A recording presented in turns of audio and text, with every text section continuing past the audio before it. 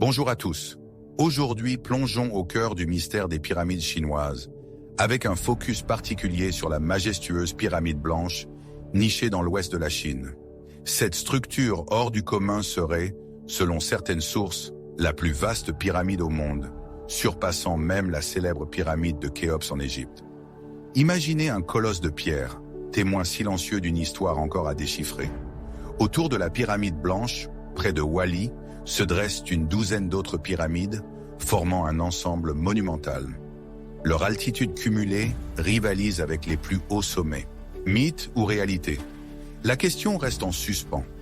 L'Occident a découvert l'existence de ces édifices fascinants grâce au récit de Fred Meyer Strauter, un commerçant américain qui, en 1912, partagea pour la première fois son énigmatique découverte.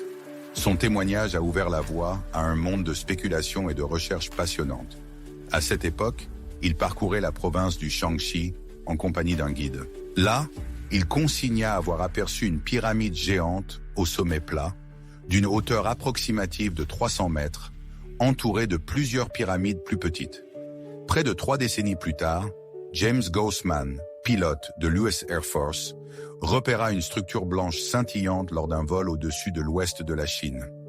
On disait qu'elle était 2 fois plus grande que la Grande Pyramide de Gizeh. 2 ans après, en 1947, Maurice Sheehan, un autre aviateur américain, aperçut une pyramide géante alors qu'il survolait la province du Shaanxi, non loin de Xi'an, et prit rapidement des photos. Cette fois, plusieurs journaux américains, dont le New York Times, publièrent des articles sur cette observation en mars 1947. Longtemps enveloppées de mystère, les prétendues pyramides chinoises ont suscité la fascination et l'étonnement. Pourtant, les archéologues chinois ont longtemps nié l'existence de telles structures, préférant les considérer comme les sépultures monumentales des empereurs de la dynastie Han. En réalité, ces imposantes élévations de terre ne sont autres que les tumulus funéraires des empereurs Han, dont l'histoire remonte à plus de 2000 ans. La dynastie Han, qui régna pendant 4 siècles, de 206 avant Jésus-Christ à 220 après Jésus-Christ, a laissé une empreinte indélébile sur la culture chinoise. L'érection d'un tumulus au-dessus d'une tombe enterrée est une tradition ancestrale chinoise, perpétuée depuis au moins 2700 ans. Ces monuments imposants témoignent du respect et de la vénération vouée aux empereurs défunts, ainsi que de la pérennité des traditions ancestrales. Dans les campagnes chinoises, la tradition veut que les défunts soient inhumés, la sépulture marquée d'un tumulus. Les plus imposants de ces monticules funéraires sont sans conteste ceux des empereurs Han. Ces pyramides tronquées, autrefois ornées de structures commémoratives aujourd'hui disparues, se dressent aux alentours de Xianyang, au cœur de la Chine, berceau de la civilisation. La vallée abrite 2 grandes capitales impériales antiques, Xi'an et Xianyang, et revêt une importance géographique particulière.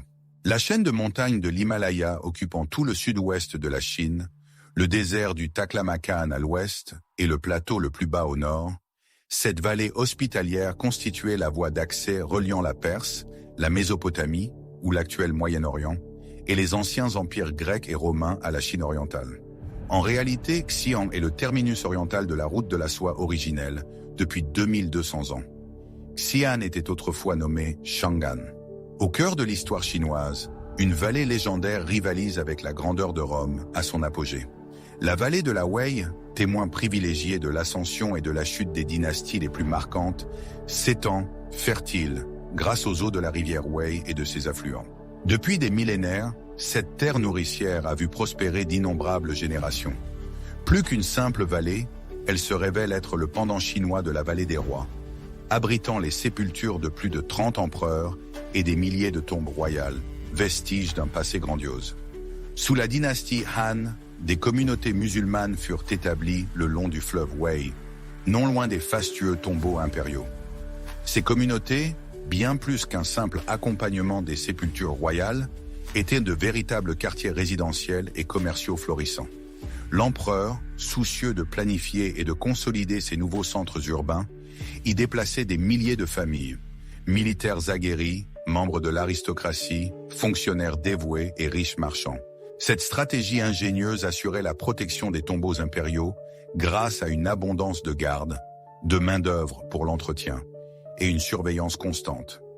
De plus, leur emplacement à l'ouest de Xi'an, la capitale Han, transformait ces communautés en des villes satellites fortifiées, formant un rempart efficace contre toute invasion venant de cette direction.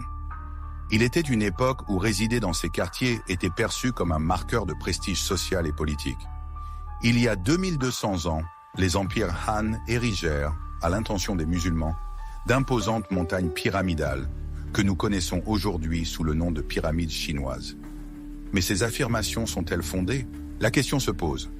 Existe-t-il en Chine une pyramide culminant à plus de 300 mètres, surpassant ainsi toutes les pyramides d'Égypte? Mythe. S'il avait réellement existé une structure colossale d'un millier de pieds, il est indubitable que des traces en subsisteraient. Que ce soit dans les annales officielles, que les historiens de l'Antiquité s'évertuaient à consigner avec une minutie extrême, ou dans les poèmes et les récits populaires transmis par les habitants, l'écho d'une telle merveille aurait résonné à travers les âges. Or, aucun document, aucun témoignage ne fait état d'une construction gigantesque, approchant même de près cette dimension pharaonique. Le silence des archives est assourdissant, et il confirme la nature illusoire de cette légende. Ce qui a été consigné à la fois dans les chroniques officielles et les poèmes populaires, ce sont les musulmans de l'empereur Han. La documentation impériale consignait spécifiquement les dimensions, les hauteurs et les emplacements des différents lieux de repos et tertres funéraires des empereurs Han. Par ailleurs, la description de Fred Meyer Strouder pourrait, involontairement, avoir été amplifiée par le contexte. Lors de sa visite de la vallée en 1912, celle-ci se présentait comme une plaine ouverte et plate, parsemée de terres agricoles et de bâtiments d'1 ou 2 étages tout au plus. Dans un tel environnement, le tumulus géant, œuvre de l'homme, devait paraître encore plus imposant et créer l'illusion d'une taille bien supérieure à sa dimension réelle. Pour évaluer la hauteur d'une structure, nous nous fions souvent aux éléments environnants pour établir des comparaisons. Ainsi, une sculpture qui serait 2 fois plus haute qu'un homme atteindrait environ 3,5 mètres. De même, il est possible de mesurer une structure éloignée en utilisant un crayon, comme on le ferait pour un dessin. Cependant, en l'absence de toute structure comparable à proximité de ce tumulus funéraire, il devient pratiquement impossible d'estimer avec précision la hauteur ou la taille réelle de cette pyramide. La même difficulté s'applique aux affirmations concernant ce monticule. Il devait être encore plus ardu d'évaluer la hauteur des tumulus en survolant les lieux à cette époque. Ainsi, l'idée d'une pyramide haute de 1000 pieds relève probablement d'une méprise. Quelle est donc la taille réelle des tumulus de Hanan? On a souvent évoqué l'idée que les pyramides chinoises surpasseraient en taille la grande pyramide de Gizeh et la pyramide du Soleil à Teotihuacan. Ceci est également un mythe. Comparons ces monuments millénaires, témoins de civilisations disparues. Imaginons un instant la majestueuse pyramide chinoise se dressant aux côtés de ses illustres cousines. La grande pyramide de Gizeh, culminant à 146 mètres et 70 cm, domine la pyramide du Soleil à Teotihuacan, qui s'élève à 65 mètres et 50 cm. Le tumulus funéraire de l'impératrice chinoise, atteignant 46 mètres et 50 cm, semble modeste en comparaison. Malgré leurs différences de hauteur et d'apparence, un détail surprenant les unit. Les dimensions de leur base sont étonnamment similaires. La base de la plus grande pyramide chinoise, le tumulus de Muling, surpasse légèrement celle de la grande pyramide de Gizeh, tandis que la base de la pyramide du Soleil Maya est, elle, un peu plus petite. Un fascinant jeu d'échelle à travers les âges. Selon les mesures actuelles, les bases de la pyramide de Gizeh se révèlent être des carrés d'une précision remarquable. Des millénaires plus tard, les tumulus funéraires chinois adoptèrent également des bases carrées, bien que l'exécution fût moins parfaite. On peut supposer qu'il en fut de même pour la pyramide du Soleil. Bien que beaucoup plus ancienne, la pyramide de Gizeh témoigne d'une ingénierie bien plus avancée que ces dernières. Cette différence de maîtrise alimente la théorie fascinante selon laquelle les pyramides de Gizeh auraient été érigées par une civilisation préhistorique d'une sophistication technologique insoupçonnée. Il est fascinant de constater que 3 pyramides, érigées sur des continents différents, présentent des dimensions de base étonnamment similaires, au-delà de leur forme pyramidale commune. Simple coïncidence, ou signe d'une connexion plus profonde. La question se pose alors, existe-t-il réellement une grande pyramide blanche? La réponse est complexe, à la fois affirmative et négative. Non, si l'on imagine une pyramide d'un blanc immaculé, capable de presque réfléchir la lumière. En 1945, un pilote américain survolant la Chine occidentale fit une observation surprenante. Une pyramide d'une blancheur immaculée se dressait sous ses ailes.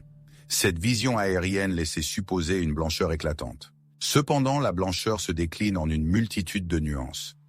Qui n'a jamais été confronté à l'embarras du choix devant un nuancier de peinture blanche? Certaines teintes, à première vue crème ou beige, se révèlent d'un blanc doux et subtil une fois appliquées. Gardons cela à l'esprit lorsque nous considérons les tumulus funéraires Han, construits avec des couches successives de terre tassée. Au fil du temps, ces monticules ont subi les assauts inexorables de l'érosion, les dégradant considérablement. L'extraction de terre par les populations locales pour la fabrication de briques a également contribué à leur détérioration. Aujourd'hui, une végétation dense, plantée pour lutter contre l'érosion, drape ces monticules d'un vert sombre et profond. Mais avant ce reboisement récent, ils étaient constitués de terre battue compactée, exposés aux éléments, arborant une teinte beige, semblable à celle que l'on peut observer sur certaines portions de l'ancienne Grande Muraille de Chine, elle aussi construite en terre damée. Imaginez l'aspect qu'ils avaient alors, un peu comme ces pyramides chinoises encore dépourvues de leurs manteaux de conifères. Comparée à l'obscurité environnante des bois denses, cette pyramide, même drapée d'herbe, semble étonnamment plus claire, ses sentiers serpentant vers le sommet, se dessinant en teinte presque blanche. On peut aisément imaginer, vu du ciel, la blancheur immaculée de ces monticules, particulièrement si l'herbe ne les recouvrait point à l'époque de leur construction. Serait-ce là la clé de la fameuse pyramide blanche, ce mystère qui intrigue tant d'esprits curieux? Alors une question se pose. Les pyramides chinoises furent-elles érigées dans le but précis de reproduire la constellation d'Orion, à l'instar des majestueuses pyramides de Gizeh? La réponse, catégorique, est non.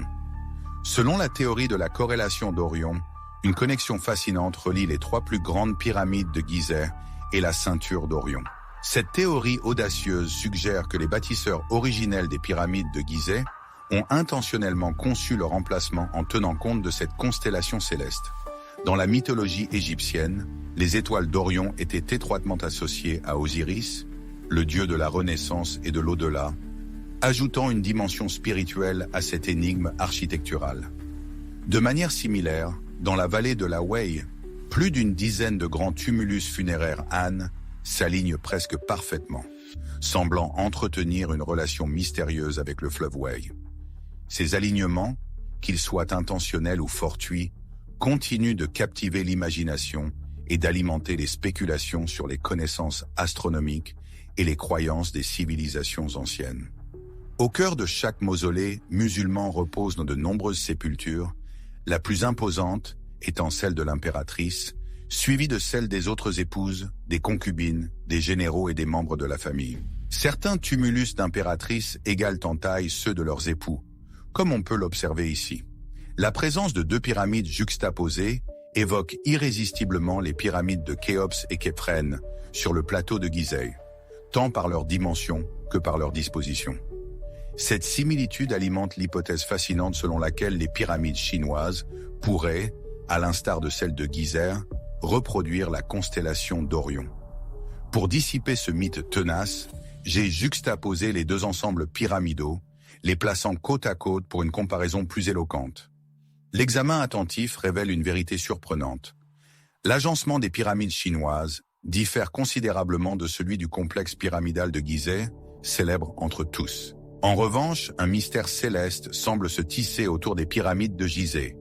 Leur disposition précise correspond de manière saisissante à la constellation d'Orion, ce qui nourrit les spéculations et les théories les plus audacieuses. Pour élargir notre perspective, voici des vues aériennes de quelques autres tumulus funéraires Han. Afin de les rendre plus distincts et faciles à identifier, j'ai mis en évidence ces monticules antiques. Aucun d'eux ne correspond à la ceinture d'Orion. Comme je l'ai mentionné précédemment, chaque mausolée des empereurs Han musulmans possède plusieurs tumulus funéraires érigés à différentes époques après le décès des membres de la famille royale. Nul ne savait avec certitude qui rejoindrait le mausolée impérial, car cette décision relevait exclusivement de l'empereur. Il n'y avait ni nombre prédéfini de personnes destinées à y reposer, ni règles établies quant à l'emplacement de chaque sépulture. Cette coutume funéraire s'apparentait davantage à un art oratoire qu'à une science exacte. Il est fort improbable que les anciennes impératrices Han aient suivi une constellation d'étoiles comme guide pour leur sépulture, tant les éléments fluctuants et imprévisibles étaient nombreux. L'utilisation d'une constellation stellaire semble donc peu pratique. Dès lors, la question se pose. Si les tumulus funéraires s'alignent tant soit peu, cela signifie-t-il que les anciens Chinois utilisaient des lignes de force telluriques? La réponse est vraisemblablement négative. Certains érudits avancent que les tumulus funéraires pourraient faire partie d'un vaste réseau sacré de feng shui, évoquant la théorie des Leilin. Ces dernières désignent des alignements rectilignes imaginaires, reliant des structures historiques et des points de repère importants. Cependant, aucune source historique ne confirme que les tombes impériales aient été intentionnellement placées en accord avec les principes du feng shui. De plus, les tumulus funéraires de la dynastie Han ne sont pas rigoureusement alignés. Des traditions orales rapportent qu'un empereur, lors d'une chasse, aurait aperçu un animal sacré exceptionnel et aurait décidé de faire de cet endroit son lieu de repos éternel. Si cette histoire recèle une part de vérité, cela signifierait que les impératrices sélectionnaient leurs musulmans en fonction de leurs affinités personnelles, s'affranchissant des préceptes du feng shui ou des lignes de lei. Il est courant pour les empereurs chinois d'une même dynastie d'être inhumés côte à côte. Les sépultures des 18 empereurs Tong et des 13 empereurs Ming en témoignent. Leurs tombes, regroupées par dynastie, suivent un alignement approximatif. Adossées aux montagnes et ouvertes sur les rivières, elles veillent à ne jamais obstruer la vue de leurs voisins. Les voilà donc alignés, vestiges d'une époque révolue. Mais que recèlent ces monticules funéraires, énigmatiques et silencieux? On murmure qu'ils abritent les sarcophages des empereurs, richement ornés, promesse d'un voyage éternel. Les sépultures de la dynastie Han sont légendaires pour leur opulence, véritables écrins regorgeant d'offrandes précieuses destinées à accompagner les défunts dans l'au-delà. Cependant, cette richesse a attiré les convoitises au fil des millénaires, faisant de ces tombeaux les proies de pillages incessants, privant l'histoire d'une part de ses mystères. Il y a fort longtemps, des tombes chinoises antiques furent mises au jour par des officiels.